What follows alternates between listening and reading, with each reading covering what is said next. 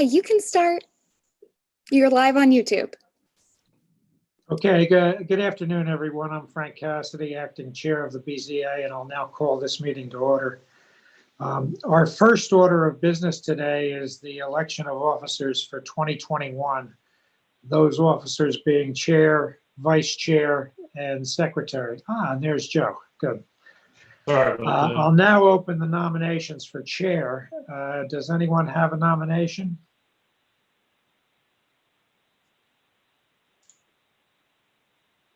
I'll nominate you, Frank. Well, I'll thank you, second it. Wendy. And that's seconded. Any other nominations? Other nominations? If no other nominations, let's vote. All in favor of Frank Cassidy as BZA chair for 2021, signify by saying aye and raising your right hand. Aye. Aye. Appears to be unanimous. Thank you very much. We'll move on now to vice chair. Does someone have a nomination for vice chair?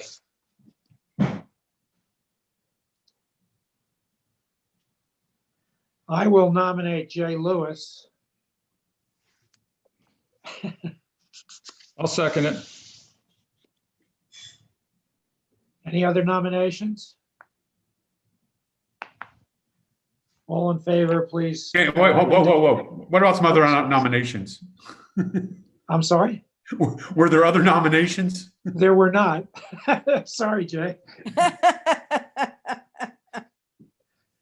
All in favor of Jay Lewis as BZA Vice Chair for 2021, please indicate by raising your hand and saying aye. Aye. Aye. Appears to be unanimous. Congratulations, Jay. It Finally, wasn't unanimous. Finally, we have secretary, and the town's rules of procedure specify that the planning director will serve as the BZA secretary. So I'd entertain a motion to elect John Taylor as Jr. as BZA secretary for 2021. So moved. Is there a second? Second. Any discussion? All in favor, please say aye and raise your hand. Aye. Aye. Unanimous. John, you're secretary for the year. Noted. Moving on to the regular business portion of our meeting. We are today, and we will continue until further notice, conducting all town committee and public meetings over video conference. These meetings will be streamed to the town's YouTube channel, and members of the public wishing to submit comments regarding any of the presented BZA cases should email their comments to Ms. Petra Reynolds, town clerk, at preynolds@kiwaisland.org. The board members who will hear the case today are Wendy Kulik, Jay Lewis, Morris Hannon, Ben Farabee, and me, Frank Cassidy. Staff members present are John Taylor Jr., the planning director, and Joe Wilson, our attorney. Our case rulings from this and any BZA meeting are available for public review and inspection during normal business hours at the town hall. Since our meeting is being conducted virtually via Zoom, please be reminded that in order to obtain a clean and clear record for persons listening live, it's important that all participants not speak over one another. So if you'd like to speak, please do so by raising your hand and wait until I acknowledge you. Also, please assure that you're on mute until it's your turn to speak. I would like to ask you, the members of the public here today, if you're familiar with the procedural workings of the BZA. If everyone is familiar with the workings, I'll skip the comprehensive explanation of our workings. Anyone like to hear that comprehensive explanation? Seeing none, we'll continue then. Because today's hearing is a public fact-finding meeting, we are in compliance with the Freedom of Information Act and SC Code 6-29-70. Because this is a quasi-judicial body, everything said in this meeting must be complete, true, and accurate. All of the information provided to the BZA is considered evidence, and this board may certify contempt of circuit court if false statements are made, either in writing or orally. Because of this, each person who wishes to address the board will be sworn in. In order to expedite that procedure, those wishing to speak should let me know now, and Mr. Wilson will recognize such persons and administer the oath. Joe, I believe we have Ashton Holloway, who you can't see on the phone. I know he will be speaking, and I'll ask if there's anyone else.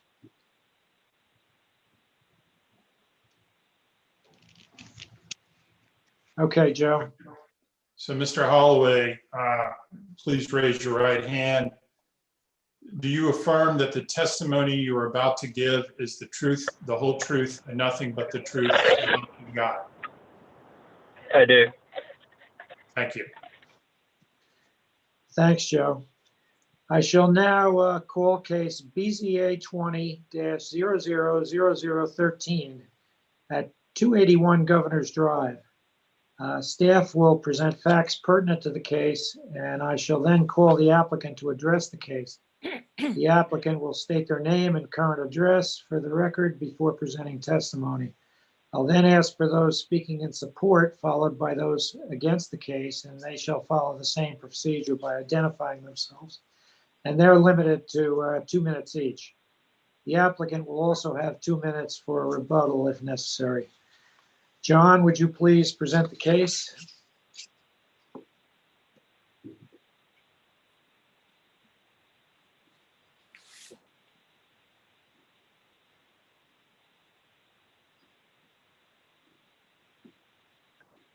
Is everyone able to see my screen there? Yes. Okay. So today's application is a variance request, application BZA 20-000013. The applicant and property owners are Doug Galwas and Brooke Galwas, being represented by Mr. Ashton Holloway of MHA Design, LLC. And this particular variance request is for the reduction of the required 30-foot rear setback. And this is for approximately 191 square feet for a proposed pool addition. The subject property is located at 281 Governor's Drive, where the tax map number is 264-03-00068. The property is zoned R1 residential, and it sits adjacent to a lagoon at the rear of the subject property. This subject property is under the purview of the Architectural Review Board and falls under the developed lands of Kiowa.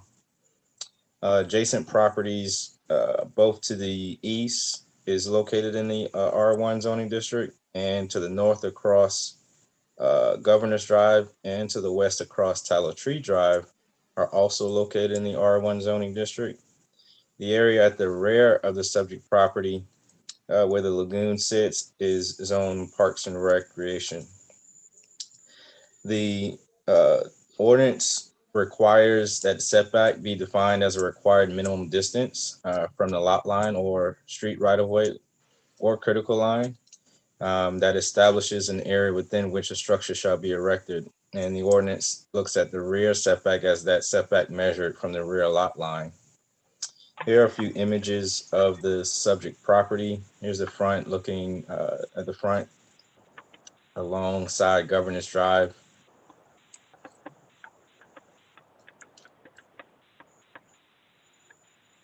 Here's at the rear of the property to your left, and more images.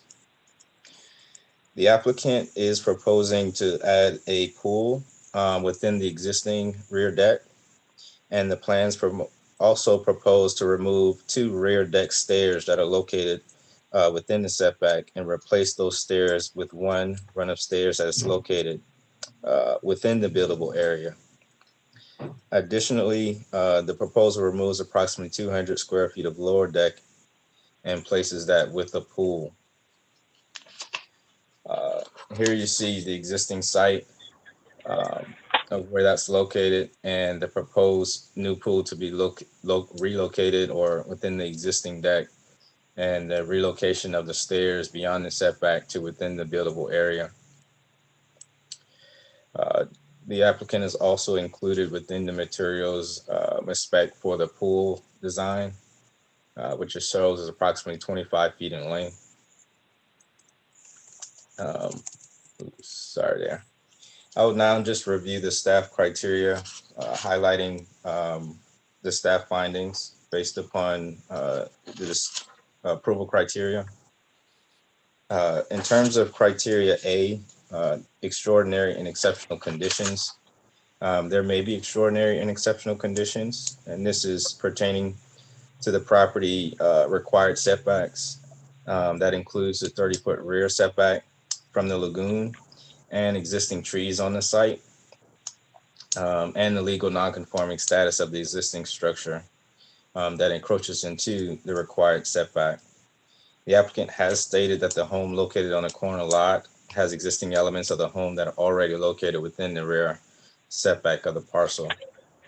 Criteria B, that these conditions do not generally apply to other property in the vicinity. These conditions may be unique to the subject property and may not generally apply to other properties in the vicinity. This is located in R1 zoning district as stated, and it's to the south of that subject property. The lagoon is situated within the Parks and Recreation zoning district. Criteria C, the application of this ordinance to the subject property, it would prohibit the construction of the proposed pool, as both the existing structure and the proposed structure are located within the 30-foot required setback. And per the applicant's letter of intent, we have reviewed a couple of pool locations with the Architecture Review Board. In the past, options would have adversely affected the site by having to cut and remove an existing live oak tree. Criteria D, the authorization of the variance may not be of substantial detriment to the adjacent property owners or the public good. The applicant proposed plans are replacing the existing deck with a pool and reducing the amount of non-conforming when it as pertain to the relocation of the rear set of stairs. The character of the zoning district may not be harmed by the granting of this variance. The applicant has also stated that a current plan aims to keep the natural beauty of the live oak and also has a placement within the existing footprint of the elements of the home while removing some of the steps that currently within the setback area. Criteria E, the board, the granting of this variance would not allow the establishment of a use not otherwise permitted in this zoning district. Also change the zoning district boundaries or extend physically a non-conforming use. Criteria F, the BZA may not consider profitability at this, considering this request. Criteria G, the need for the variance may be the result of the applicant's actions. The existing structure is non-conforming with regards to setbacks. However, for the applicant's letter of intent, after much review and consideration, we feel that the hardship of the lot by its corner placement lends toward the design layout and is less impact on the parcel and will be built with existing decking and not adding more square footage to the parcel. The criteria H, the granting of the variance may be contrary to the public, may not be contrary to the public. The Architecture Review Board did grant approval of this particular project on November 11th, 2020, stating that the variance to add a pool in the existing deck over the setback is approved as a proposed location less impactful to the neighboring property than previously approved location and preserves the nearby live oak. The final criteria, which is criteria I, that the plan may not substantially conflict with the comprehensive plan or purposes of the ordinance.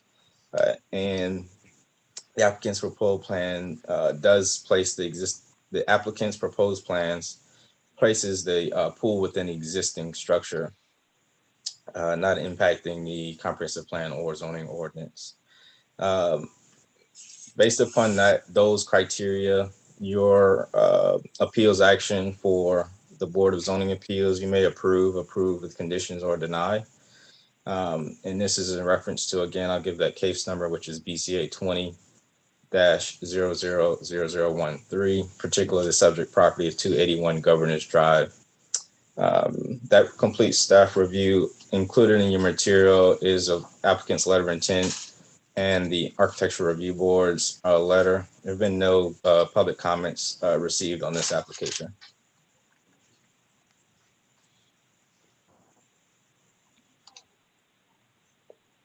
You're muted, Mr. Cassidy. You're muted still. Sorry about that. Thanks, John. Thank you for that review. And Mr. Holloway, the floor is yours. Thank you. Good afternoon. I think John did a good case of explaining the situation in the lot there. The new owners of the house are, obviously looking forward to see what we can do to have this pool there. Basically, we're putting the pool inside of the existing deck, open deck. So there's no roof enclosure or anything. It's all open deck. We'd be placing that within that same footprint. And then also, as John mentioned, taking 2 of those side stairs out of the setback area and then replacing it within our setback area. So overall, we're trying to save a live oak there that's on the site. That's very well established, and then also to stay within the same footprint. So we're taking away footprint versus adding to it. And then the obviously with regards to ARB, will be under their review during the construction and after. We will have landscaping that will, at the foundation area that will be probably 4 foot tall. Required by the ARB, and it would be well screened. There are no right rear neighbors. There are left rear, but it's heavily wooded between, and then you have a lagoon on the rear, so there's not an adjacent rear neighbor. But just looking forward, looking towards this review by the board, and we're here if you have any questions.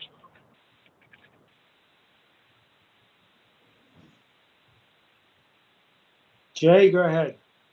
If this is an in-ground pool, has any, as an arborist or anyone, been consulted about the disruption to the root structure for the oak with the installation of the pool? So if you look back through the subject property photos in the attached packet, about midway down, you can see the rear of the house. There's a screen porch with a circle above, and then you've got the open deck there.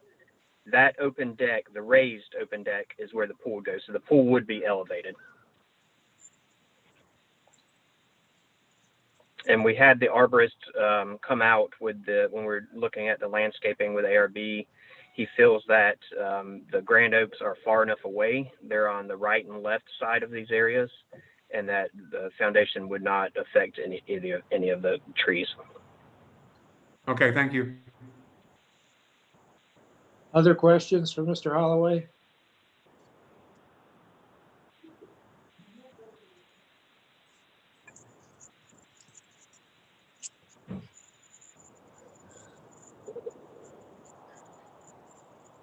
I'm not seeing any other questions. I'll now entertain any motions that anyone would care to make.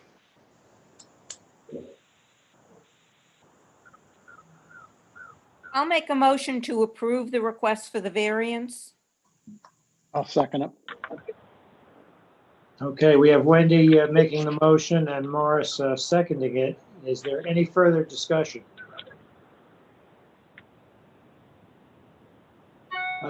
Seeing none, we'll vote by roll call. Wendy, Yes. Jay, Yes. Morris, Yes.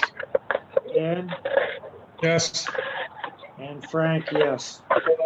For the record, a motion to approve the variance request was made by Wendy and seconded by Morris. The motion was approved unanimously. primarily because it lessens an existing legal non-compliance, improves the character of the zoning district, and because of characteristics unique to the property. So the motion is approved. The variance request is approved. John, do we have any further business? No further business. What I shared earlier, we will shift our time frame for our February 22nd meeting. It will still occur on that date, but we'll shift the time.